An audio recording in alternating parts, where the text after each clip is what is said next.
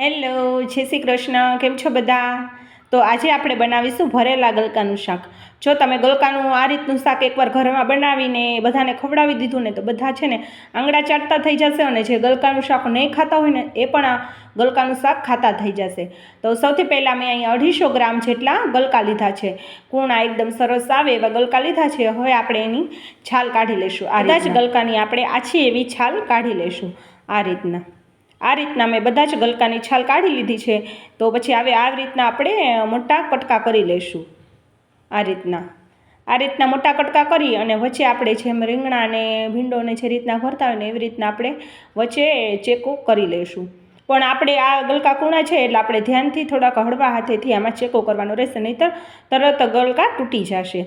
હવે આપણે મસાલો બનાવી લઈશું. પહેલાં આપણે સિંગદાણાનો ભૂકો લઈશું અને પછી આપણે લસણવાળી ચટણી લઈશું. અહીંયા મેં લસણ અને આદું કટકો નાખી અને એને આપણે ખાંડણીમાં ખાંડી લીધું છે. હવે આપણે થોડાક કોથમરી, હળદર, ધાણા જીરું પાવડર, ગરમ મસાલો અને જો વધારે તીખાશ જોતી હોય તો લાલ મરચું પાવડર, થોડીક ખાંડ અને સ્વાદ અનુસાર મીઠું નાખી અને થોડુંક આપણે બાઇન્ડિંગ માટે તેલ નાખશું, જેથી કરીને આપણો એકદમ સરસ મસાલો આપણે ગલકામાં સરસ ભરાઈ જાય. હવે હાથ વડે એકદમ સરસ એને આપણે મસાલાને એકદમ મિક્સ કરી લઈશું. આ રીતના સરસ મસાલો આપણો મિક્સ થઈ જાય એટલે આપણે જે ગલકા છાલ કાઢી સુધારી અને આપણે વચ્ચેથી જે કટ કરીને રાખ્યા છે એ ગલકામાં આપણે મસાલો ભરી લઈશું. અહીંયા આપણે થોડોક હળવા હાથેથી મસાલો ભરવાનો રહેશે, નહીંતર છે ને ગલકા એકદમ કૂણા હોય ને તો તરત તૂટી જવાની બીક રહે એમ. હવે આ રીતના આપણે સરસ ગલકા આપણે બધા ભરી લીધા છે. તો હવે આપણે શાકનો વઘાર કરી લઈશું.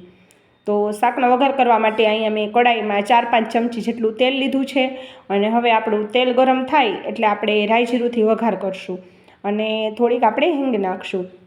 પછી અહીંયા મેં છીણેલી ડુંગળી લીધી છે અને છીણેલું ટમેટું લીધું છે. એ આપણે એમાં નાખી અને 2 થી 3 મિનિટ માટે એને સાતળી લેશું.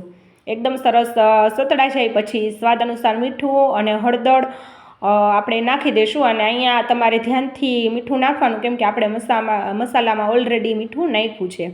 તો હવે આપણે ભરેલા ગલકા છે તે એમાં નાખી દઈશું અને જરાક અમથું 2 થી 3 ચમચી જેટલું પાણી નાખી અને આપણે એને ઢાંકી અને એને છે ને ચડવા દઈશું, કેમ કે ગલકા આપણા એકદમ સરસ કૂણા છે એટલે એકદમ સરસ તરત જ ચડી જશે. 2 થી 3 મિનિટ થાય એટલે આપણે પાછા ફરીથી ગલકાને જરાક આપણે ઉલટાવી અને એકદમ સરસ આપણે ચડવા દઈશું. પછી હવે આપણે અહીંયા થોડુંક પાણી નાખશું. જો તમારે થોડુંક રસ્સા જેવું ગ્રેવી જેવું શાક બનાવવું હોય તો પાણી નાખવાનું, નહીંતર તમારે પાણીને સ્કીપ કરી અને જે આપણે મસાલો ભર્યો તો ગલકામાં એમાંથી વધ્યો તો એ મસાલો આપણે એમાં નાખી દેવાનો છે. પછી અહીંયા મેં પાણી નાખી અને થોડોક રસો કર્યો છે. જો તમારે ન કરવો હોય તો તમારે પાણી નથી નાખવાનું. તો હવે આપણું શાક એકદમ સરસ તૈયાર થઈ ગયું છે. તો આપણે એને સર્વ કરી લઈશું. અહીંયા મેં રોટલી સાથે સર્વ કર્યું છે. તમે રોટલા, રોટલી, પરોઠા અથવા તો પૂરી સાથે પણ આ શાક ખાશો ને તો ખૂબ જ ટેસ્ટી એવું લાગશે. તો બસ તૈયાર છે આપણું ભરેલા ગલકાનું શાક. તો તમે પણ મારી આ રીતે એક વખત ભરેલા ગલકાનું શાક બનાવીને જરૂરથી ટ્રાય કરજો. તો જો તમને મારા રેસિપીના વિડીયો ગમતા હોય તો વિડીયોને ફેમિલી અને ફ્રેન્ડ્સ સાથે શેર કરજો અને વિડીયોને એક લાઇક અને ચેનલને સબસ્ક્રાઈબ જરૂરથી કરજો.